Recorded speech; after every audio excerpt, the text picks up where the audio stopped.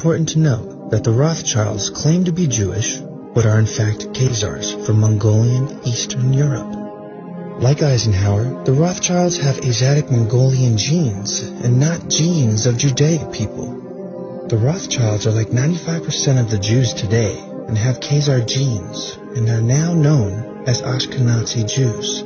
But Georgia and Ukraine are 800 to 1,000 miles north of Palestine. Fact, every prime minister of Israel has been a Khazar Ashkenazi Jew, with no connection to Semite people at all.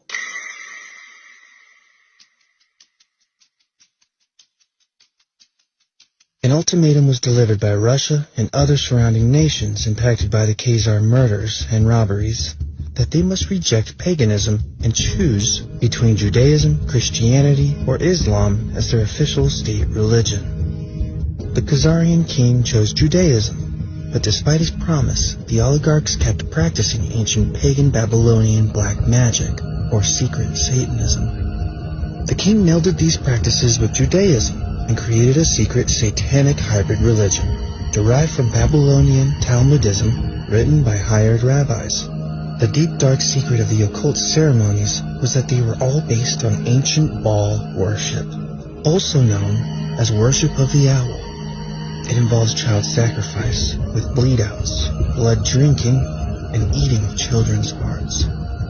So these evil practices continue, and all these are part of the Khazarian mafia today.